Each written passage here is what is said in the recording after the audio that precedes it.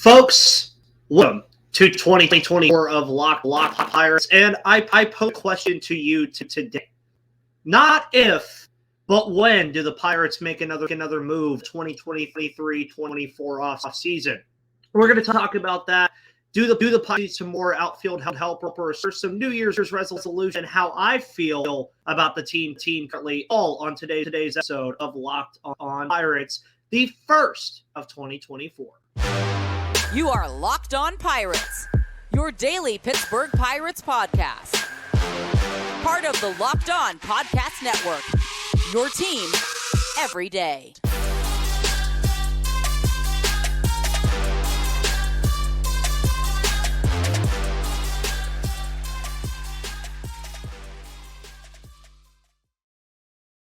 And welcome, everybody, to the Locked On Pirates podcast here on the Locked On Podcast, where it's your team, your Pittsburgh Pirates every day. My name is Ethan Smith, your host of this wonderful show, entering year 4 of covering for Pirates here for you on the Locked On Podcast Network. Today's episode is brought to you by our wonderful friends over at FanDuel Sportsbook. More on them later into today's episode, but folks, Happy New Year. Yes, I wanted this episode to come out on Tuesday. I've been dealing with stuff over the last couple of days to get away of that, but are here finally for the first episode of 2024. And I could be more thankful for the year that we had in 2023 together. All of the interactions, all of the subscriptions, all of the views, all of the downloads, all of it. So before we even today's episode, so thank you for listening to this show, as you always do, on all of your podcast platforms. Oh, back to business, as I like to say. The Pittsburgh Pirates have done some adding this offseason. They have done some addition by subtraction, subtraction by addition. They've done a lot of things already in this offseason, starting, of course, with trading for Marco Gonzalez. They then acquire Martin Perez. They bring back Andrew McCutchen. They also trade for Edward Olivares. They don't do anything in the Rule 5 draft this year. Find out where they're going to be in the 2024 first-year players draft. And there's been a lot of things going on, a lot of rumors swirling around about what team is going to do, what kind of sin that the Pirates are going to have, and all of this other stuff.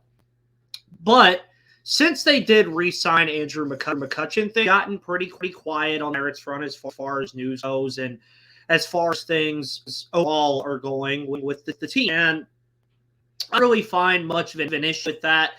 Obviously, it is just January 4th, by the way. It is not December 4th, as I have my file sender for the show. I did get the year right, though. I got 2024 right, but I did put December 4th. Since that move was made, there hasn't been much been done. And albeit, again, we're still 51 days away from the beginning of spring training. Shout out to Dednar. There's still a lot of time for things to get done. There's still a lot of players who are available for agency. There's still going to be players that are available via trade with other teams. Also kind of having to do the roster gymnastics that the Pirates are having to do with some of their acquisitions. Obviously, we got a corresponding move for Andrew McCutchen.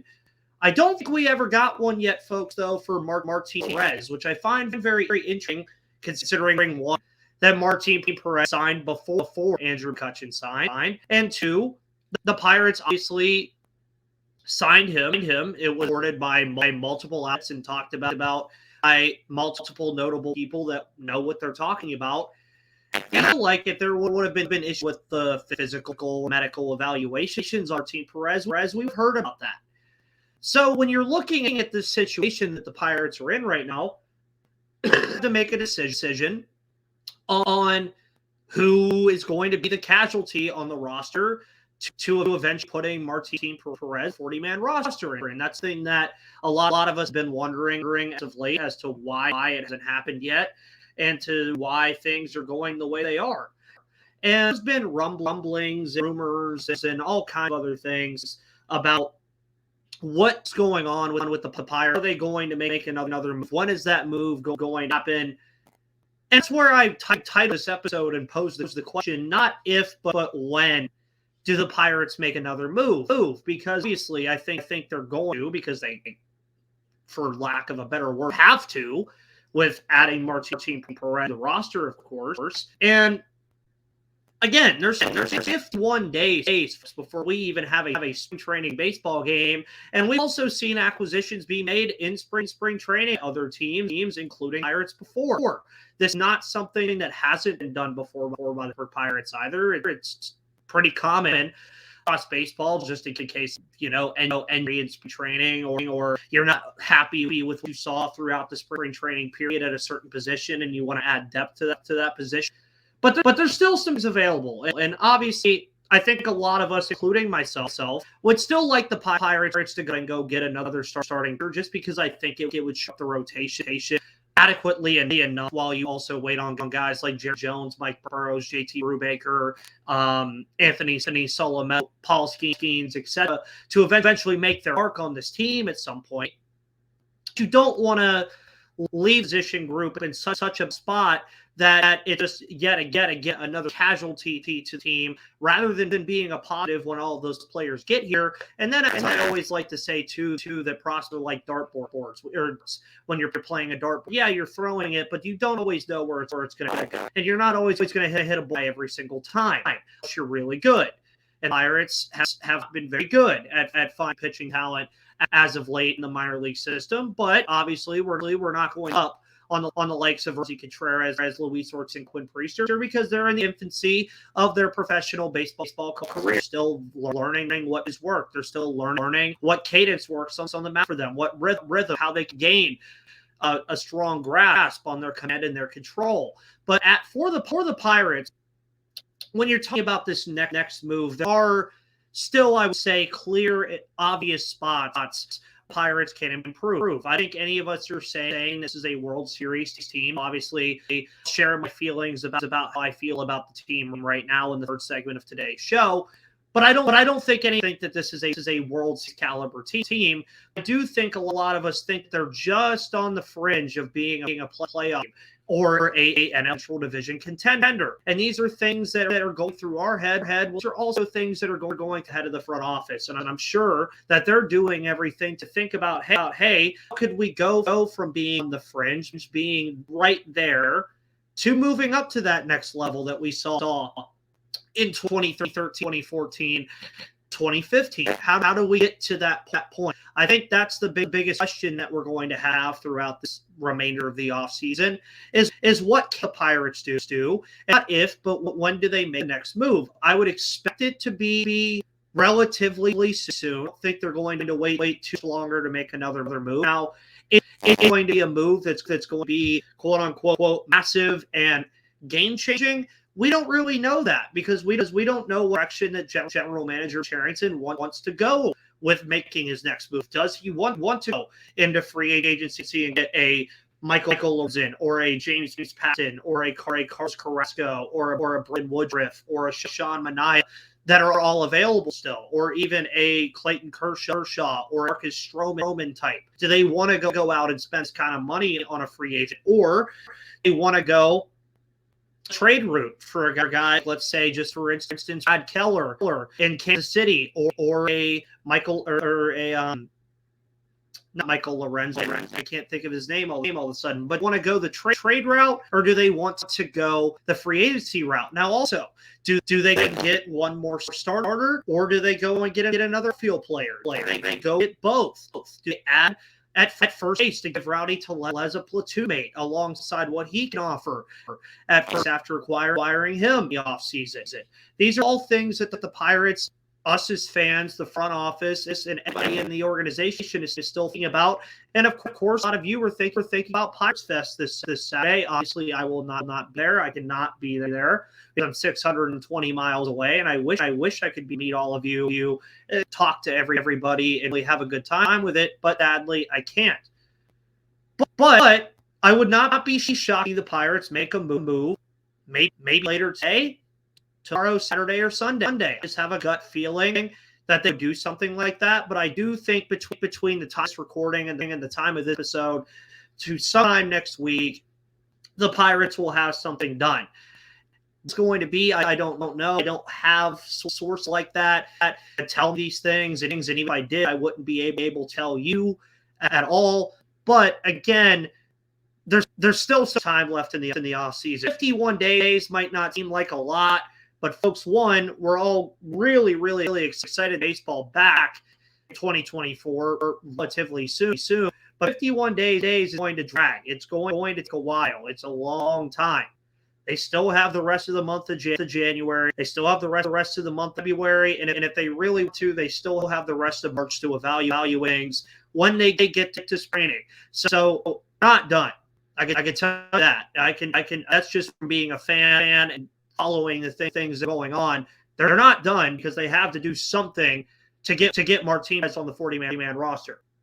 With all that said, I hope that the move is something that does help this team move forward. I think it will be something that helps this team moving forward. It will probably be a starting pitcher, which I think is what you need the most of still, because as I always say on the show as well, folks, you can never have enough starting shape. So, break it down like that.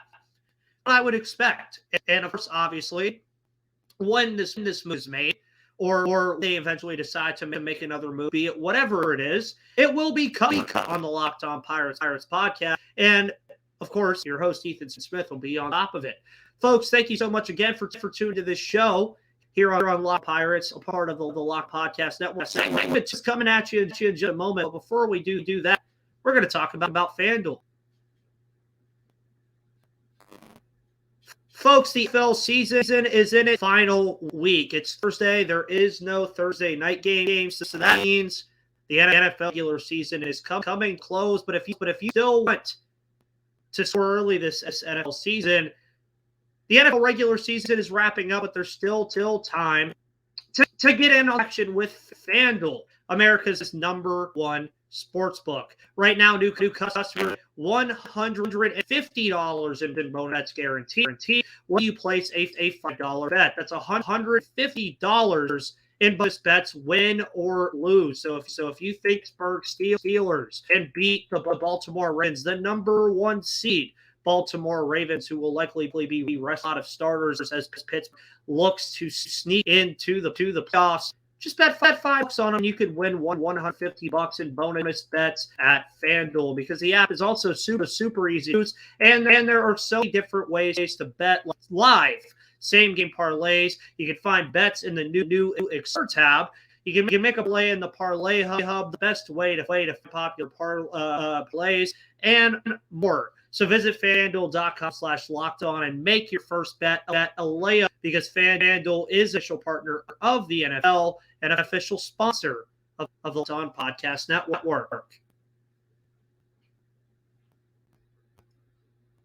And welcome back, everybody, to the Locked On Pirates podcast, Locked On Podcast. We're in segment 2 of today's episode of Locked On Pirates. Again, thank you to FanDuel for also sponsoring this episode, and always phenomenal sponsor here on the Locked On Podcast Network. Also, folks, you might want to go check Lost, because Locked On is the first ever national sports 24/7 streaming channel on YouTube on Sports Today. It's here for you 24/7, covering the top sports stories of the day with the local experts of Locked On our national shows covering every league. So go to Locked On Sports Today on YouTube and subscribe to the first ever national sports 24/7 stream channel. So, when we're talking about New Year's resolution for the Pittsburgh Pirates, as is the first episode of 2024 here on the Locked On Pirates podcast, New Year's resolutions for this team, I think it can go in a lot of different directions. Because last year, I mean, honestly, very fun season compared to what we'd had seen over the past couple before it. Pirates obviously start the year 28, best record in baseball, best record in the National League. Things were clicking on all cylinders, firing on all cylinders, it will, for the Pittsburgh Pirates early in the season. Obviously, we remember the slide in May and June. Remember the final two months of this in August and September be very good months for this team. We also remember a lot of young stars up, like Leo Figueroa, Rich Riolo, Johan Oviedo, Andy Rodriguez, and Henry Davis, of course, made their debuts. Lots happened in 2023 to look back on and think positively about this team. Now, obviously, didn't get to see O'Neal play a full season yet due to his injury. We also didn't get to see JT Brubaker be the player that he's been for Pittsburgh Pirates for a very long time. We didn't get to see the debut of Mike Burrows, even though I was really hoping for that. So, friend of the show, he's been on a couple of times. Just go check that out. Just search Locked On Pirates Mike Burrows. You'll find those episodes. So, when you're talking about year's resolutions for this team, and you look at the team overall, I think a lot of it goes into improvements, really, across the roster. Because, I mean, they did have a decent season last year, and a season that warranted optimism moving forward. You saw a lot of these young players starting to develop into MLB players. You saw a lot of them take the steps in their maturity. You saw a lot of them along the way, hardships of being a rookie, and you just hope that a good number of them don't have that sophomore bump that you always get scared when you're watching these players play. Now, New Year's resolution number one for me goes to the pitching staff, and I want this pitching staff. Honestly, as we say now, things I think will still change with this pitching staff. I think the rotation will look different than it does today. But you have Mitch Keller, you have Martin Perez, you have Marco Gonzalez. One of my New Year's resolutions that I hope for this team is that one of these young pitchers really does step up and cement themselves in the rotation. That's one of the things that I'm really looking forward to. Really looking at Luis Ortiz, Quinn Priester, and Roansy Contreras. I'm looking at those guys and say if one of the three can improve based off of the 2023 campaigns that they had, which weren't all that great, and they can come into 2024, look better and look a lot like the players that we were kind of getting familiar with, especially Roansy Contreras. I think that would help this team by leaps and bounds, because then you would have a guy in the back end of the rotation that you could hopefully trust, that can grow with the team, that's a young player that can continue to move forward. I think that New Year's resolution number one is I want a young pitcher on this roster to improve to a point where when he is out on the mound, Derek Shelton, the Pittsburgh Pirates, can trust him to pitch at least 5-6 innings every single inning and only give up 3-4 runs. Now, obviously, we all know that the blow-up starts are a thing. They're always going to happen to the best of pitchers. The Pirates, of course, being the teams that it happened to a lot of the opposing pitchers against, like Spencer Strider, Eduardo Rodriguez, etc. New Year's resolution number two is something that I talked about on the Key Brian Hayes and O'Neal Cruz episodes. I want one of those guys to step up and become a leader for this ball club. I want one of those guys in O'Neal Cruz or Brian Hayes to really become the voice of the locker room, to become the voice of the clubhouse, to be the leader of the roster, to get this team out of slumps, to perform day in and day out. Be that guy a lot of these young guys can look to. Now, Brian Reynolds is those players, obviously has had a lot of success in his MLB career, but not the most outspoken player in the clubhouse. The Pirates need a guy, and they have David Bednar who can help. He helps a lot, I think, with the pitching staff and the pitching side of things. But I do think somebody in that lineup needs to be unquestioned leader of the roster. They need to be the player that gets the team out of slumps. They need to be the guy that hits 3 for a home run, 4 RBIs, or whatever really good scoreline you can think of when the Pirates are in the middle of your 4-game losing streak that can end the streak there so that they don't crumble and fall into a hole like they did last season. Another New Year's resolution. This is more on the fan side of things, but I do want the Pirates to take their time with Paul Skeens. I don't want them to rush the Skeens experiment. I don't want them to make the wrong decision when it comes to Paul Skeens. I do think he is a generational talent for the roster. I do think he's a player moving forward that the Pirates need to prioritize to the highest level. He's a player that is going to potentially turn this team into a playoff contender, actually being the best pitcher on the roster or a very good number two to Mitch Keller. But I don't want them to shit and make the wrong decision and bring him up too fast and waste some options on him if he has to go back and forth.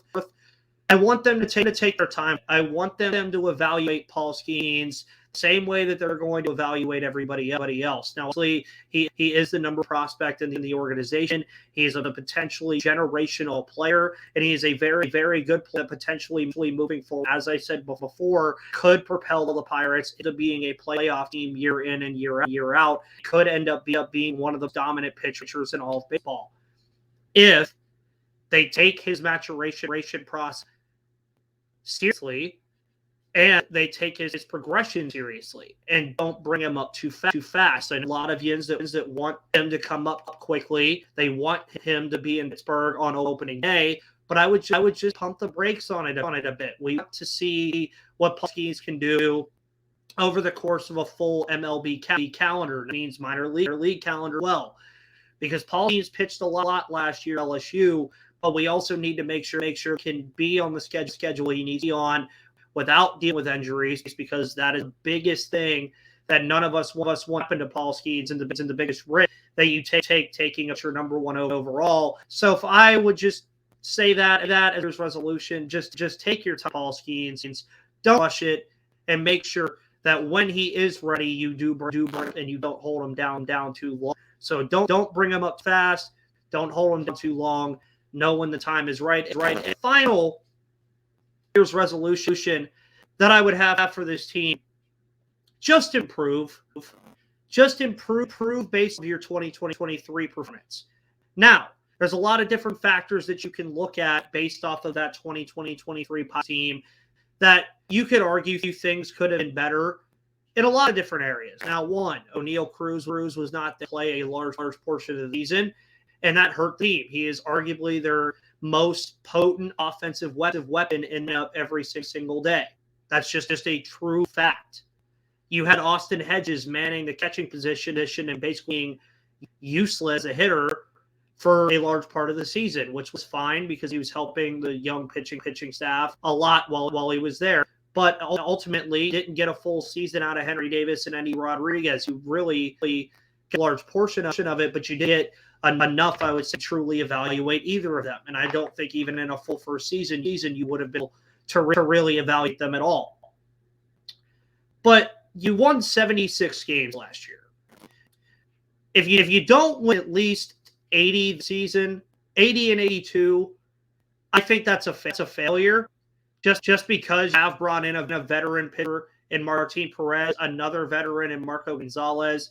You've brought true power threat in Rafael that you hope can go back to his 2022 form. You've brought in a high upside, low floor guy, Edward Olivares, who I think could be a breakout player for this team in 2024, or at least by September. And this is something I think a lot of you guys would agree with that listen to the show. At least in contention for the division by September. Give us, fan, at least the experience of watching September baseball again and having the slightest thought Pirates could compete. I don't mean 9 games back and 7 games back wild card. I'm talking in the wild card race, be in the divisional race in September. That's what I think the ultimate goal needs to be. Now, obviously, if the playoffs happen, great. But even if you go 84 and 78 on the year and miss the playoffs, I think a lot of Pirates fans would walk away from that and be happy. Obviously, depending on circumstances, it really depends. But we'll have to wait and see how it really shakes. But I think have to improve record-wise. And a lot of that is going to come from the growth of your youngers, how the line is constructed, how the health of the team is throughout the entire year. All of these factors and how our 2024 season goes. But I do think it's time for them to just take that climb up to eventually be being a playoff caliber team. Now, with that said, how do I feel about the team right now? How do I feel about the current roster as it's constructed? We'll get into that in just a moment.